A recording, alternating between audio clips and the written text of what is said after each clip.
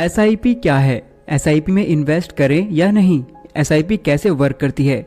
SIP में invest करने का बेस्ट टाइम क्या है? हम में से बहुत से लोगों को इन्वेस्टिंग तो करनी होती है, बट हमें मार्केट की इनफ नॉलेज नहीं है। हमारे पास टाइम भी कम है, हम अपने इमोशंस को कंट्रोल नहीं कर पाते और अक्सर गलत डिसीजंस ले लेते हैं। तो एसआईपी आपके लिए बेस्ट ऑप्शन है। एसआईपी का फुल फॉर्म होता है सिस्टमैटिक इन्वेस्टमेंट प्लान। इसमें इन्वेस्टमेंट के लिए आपको ज्यादा मार्केट को समझने की जरूरत नहीं है और न ही इसके लिए समय की जरूरत है। इस वीडियो के बाद आपके पास एसआईपी की कंप्लीट नॉलेज होगी। तो आइए एसआईपी और म्यूचुअल फंड के सारे सवालों का जवाब एक एक करके जानते हैं। एसआईपी क्या है? एसआईपी एक इन्वेस्टमेंट स्ट्रेटजी है जिसकी हेल्प से आप म्यूचुअल फंड्स के जरिए स्टॉक्स में इन्वेस्ट कर सकते हैं। बेसिकली होता क्या है, हम इन्वेस्ट के लिए एक एक्सपर्ट का सहारा लेते हैं। अपने पैसे हम एक एक्सपर्ट को देते हैं जो अपना टाइम और नॉलेज लगाकर हमारे पैसों को अच्छी कंपनीज में इन्वेस्ट करता है, जिसके बदले में वो आपके प्रॉफिट का कुछ हिस्सा अपने पास रख लेता है और बचे हुए प्रॉफिट्स आपको दे देता है। अगर वो एक्सपर्ट लॉस करता है तो उसे आपको कुछ नहीं देना होगा, लेकिन फिर भी आप उसकी फीस के बारे में थोड़ा जान लें। फर्स्ट ऑफ ऑल आप अपने म्यूचुअल फंड्स को सिलेक्ट करें, फिर अपनी एसआईपी बनाओ। इसका मतलब हर महीने आपको म्यूचुअल फंड्स में एक फिक्स अमाउंट इन्वेस्ट करनी होगी। मान लो आप हर महीने 1000 रुपए इन्वेस्ट करना चाहते हो, तो आप अपने फंड्स में ऑटो डेबिट लगाओ, जिससे हर महीने आपकी एसआईपी आपके बैंक अकाउंट से हर महीने डेबिट होती रहेगी। इससे आपको एसआईपी के लिए बार बार देखना नहीं होगा, आप आराम से अपनी जॉब कर सकते हैं। कौन से फंड्स बेस्ट हैं? म्यूचुअल फंड्स दो तरह के होते हैं, एक्टिवली म्यूचुअल फंड्स और index mutual funds. Actively mutual funds में एक एक्सपर्ट लगातार मार्केट की मूवमेंट के हिसाब से इन्वेस्ट करता रहता है। दूसरी तरफ आप इंडेक्स म्यूचुअल फंड्स में पैसा लगाकर भूल जाते हैं और 10 से 15 सालों के बाद निकालते हैं। इस फंड में आप देश की टॉप 50 कंपनीज में इन्वेस्ट करते हो। आप ये एज्यूम करके चलते हो कि किसी भी देश की टॉप 50 कंपनीज किसी भी कंडीशंस में बेस्ट परफॉर्म करेंगी ही करेंगी। इंडिया के इंडेक्स फंड को निफ्टी 50 कहा जाता है। यहाँ पर आप सोच रहे होंगे कि एक्टिवली म्यूचुअल फंड्स बेस्ट हैं क्योंकि वहाँ एक्सपर्ट लगातार देख रहा है तो इससे ज्यादा रिटर्न्स देखने को मिलेंगे, बट ऐसा नहीं है। हाँ, शॉर्ट टर्म्स में वो इंडेक्स फंड से ज्यादा रिटर्न्स दे सकता है, बट लॉन्ग टर्म्स में index fund are best. Warren Buffett खुद कहते हैं अगर उन्हें अपनी इन्वेस्टिंग जर्नी फिर से शुरू करनी हो तो वे इंडेक्स फंड से ही शुरू करेंगे। एक स्टडी में पाया गया कि पिछले 20 सालों में 85 actively mutual funds index fund को बीट नहीं कर पाए। एसआईपी की हेल्प से आपको कितना रिटर्न मिल सकता है? आपको कितना रिटर्न मिलना है ये 3 फैक्टर्स पर डिपेंड करता है। नंबर 1, आप कितने रुपए मार्केट में लगाते हो, जितना ज्यादा पैसा उतने ज्यादा रिटर्न। नंबर 2, आप कितने टाइम के लिए मार्केट में पैसा लगाते हो। अगर आप एक बार पैसा लगाकर 1-2 महीने में ही निकाल लेते हो तो आपके लॉस होने के चांसेस लगभग 95% हैं। अगर आप 5 to 10 ईयर या उससे ज्यादा टाइम के लिए वेट करते हो तो उससे आपको अच्छे खासे रिटर्न देखने को मिलेंगे। नंबर 3, मार्केट कंडीशंस कैसी हैं, इसे आप कंट्रोल भी नहीं कर सकते। हाँ, अगर आपको लॉस हो रहा है तो आप स्किप मत करना। 5 to 10 ईयर वेट करना तो आपको डेफिनेटली प्रॉफिट ही होगा, यानी आपका रिस्क नियर टू जीरो हो जाता है। मोस्ट इंपोर्टेंट, आपके रिटर्न्स आपके पेशेंस पर डिपेंड करते हैं। अपने फंड्स को विड्रॉल करने से पहले एग्जिट लोड पीरियड चेक कर लें। फॉर एग्जांपल, इस फंड में अगर हम 1 साल से पहले फंड विड्रॉल करते हैं तो हमें एग्जिट लोड प्लस 15% टैक्स अपने प्रॉफिट पर देना होगा, और अगर हम 1 साल के बाद एग्जिट करते हैं तो हमें कोई एग्जिट लोड नहीं देना, सिर्फ अपने प्रॉफिट पर 10% देना होगा, वो भी जब प्रॉफिट 1 लाख से ज्यादा हो। म्यूचुअल फंड्स में आप 2 तरह से इन्वेस्ट कर सकते हो, लमसम और एसआईपी। लमसम में आप एफडी की तरह एक बार में ही अपने पैसों को लगाकर छोड़ देते हो, और एसआईपी में आप थोड़ी थोड़ी राशि हर महीने इन्वेस्ट करते रहते हो। अब सवाल आता है, लमसम करें या एसआईपी? मान लो आपके पास 10 लाख रुपए बैंक अकाउंट में पड़े हैं, तो भी क्या आपको 5000 रुपए की ही एसआईपी हर महीने करनी चाहिए? किसी भी डिसीजन पर पहुंचने से पहले थोड़ा जान लेते हैं। अगर किसी वजह से मार्केट अंडर वैल्यूड है, जैसे कि ईयर 2020 में लॉकडाउन के टाइम पर हुआ था, मार्केट अचानक क्रैश कर गई और बहुत ज़्यादा अंडर वैल्यूड चली गई, तो उस टाइम पर लमसम करना बेस्ट स्ट्रेटजी थी। अब ऐसा टाइम कब आएगा ये कोई नहीं बता सकता, और अगर आप मार्केट के ओवर वैल्यूड होने पर इन्वेस्ट करते हो तो आपको लॉस ही होगा। और दूसरी तरफ अगर आप हर महीने 5000 रुपये एसआईपी करते हो, एक महीने मार्केट ऊपर गया, आपने 5000 रुपये डाले, आपको थोड़े कम यूनिट मिले, फिर दूसरे महीने मार्केट नीचे आया तो भी आपने 5,000 रुपये डाले, आपको ज़्यादा यूनिट्स मिले। ऐसे करके आप कंपनीज को उनके एवरेज प्राइस पर खरीद रहे होते हो, जब वो ना ही अंडर वैल्यूड है और ना ही ओवर वैल्यूड। इस तरह SIP से आपको एवरेज रिटर्न्स देखने को मिलते हैं। अगर आपको फिर से कोविड जैसा एक मौका मिल जाए जब मार्केट या निफ्टी 50 की कोई कंपनी तेजी से नीचे गिरती दिखाई दे, तब आप उसमें लमसम इन्वेस्ट कर सकते हो। लेकिन जब आपको ऐसा मौका ना मिले तो आप SIP में ही इन्वेस्ट करें। SIP के top 3 myths. Myth number 1, bull market में आपको SIP नहीं करनी चाहिए। लेकिन ये सिर्फ एक मिथ है। वास्तव में अगर लॉन्ग टर्म्स में आपको अच्छे रिटर्न्स चाहिए तो मार्केट कंडीशंस कैसी भी हो, हमें SIP करते रहना चाहिए। तभी रुपीज़ कॉस्ट एवरेजिंग की हेल्प से लॉन्ग टर्म में बेटर रिटर्न्स कमा सकते हैं। मिथ नंबर 2, SIP को मॉडिफाइड नहीं किया जा सकता। लेकिन असल में SIPs में हमें बहुत ज़्यादा फ्लेक्सिबिलिटी मिलती है।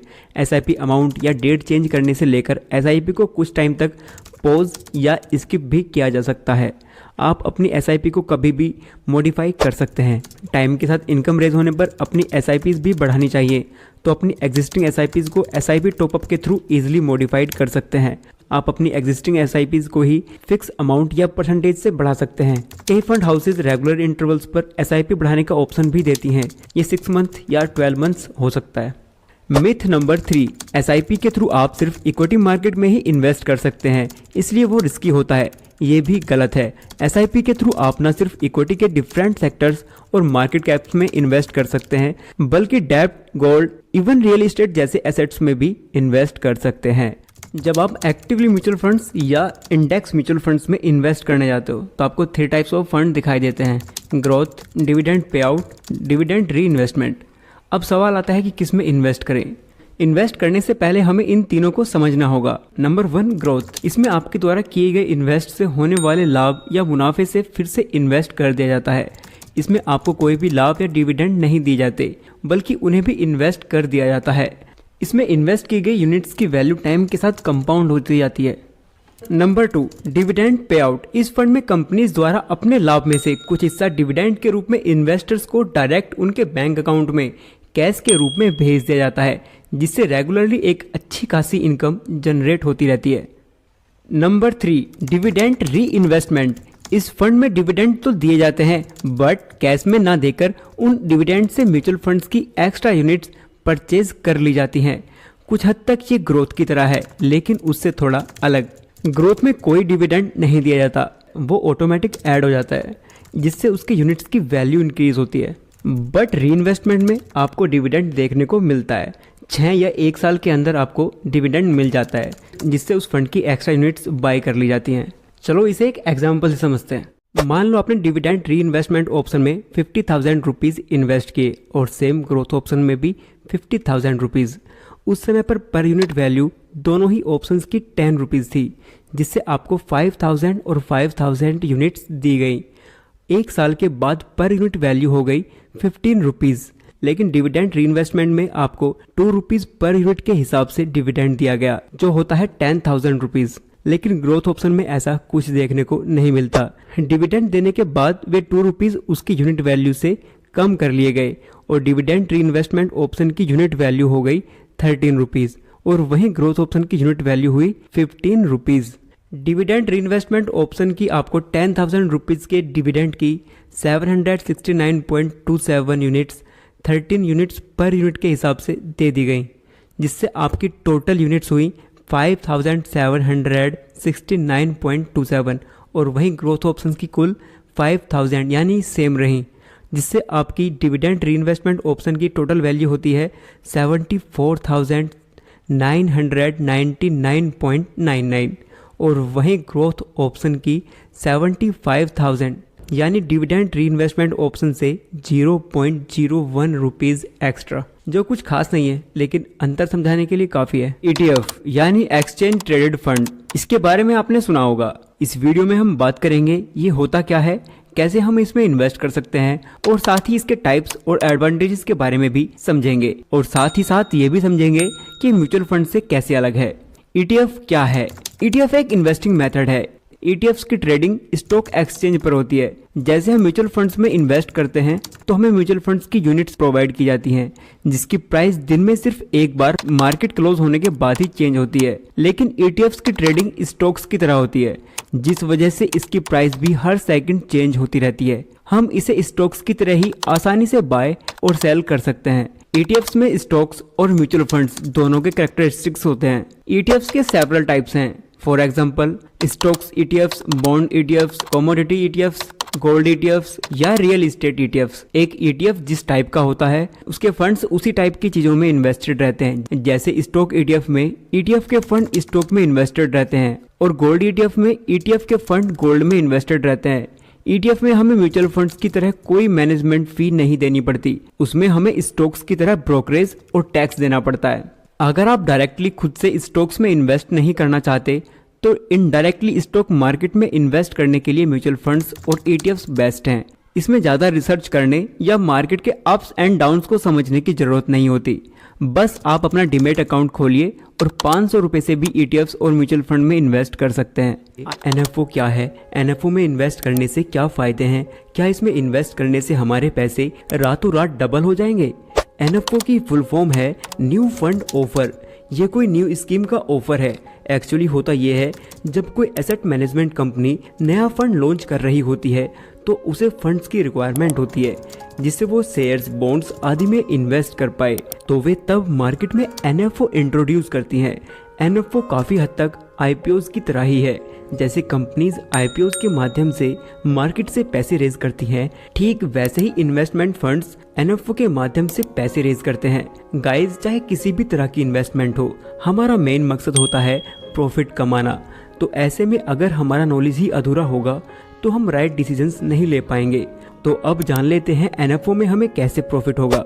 जब भी इन्वेस्टर्स को पता चलता है कि मार्केट में नया NFO आने वाला है तो हमारे और आपके जैसे इन्वेस्टर्स ये सुनकर बहुत खुश हो जाते हैं कि शायद हमें जल्दी पैसे कमाने का मौका मिल रहा है, लाइक IPOs।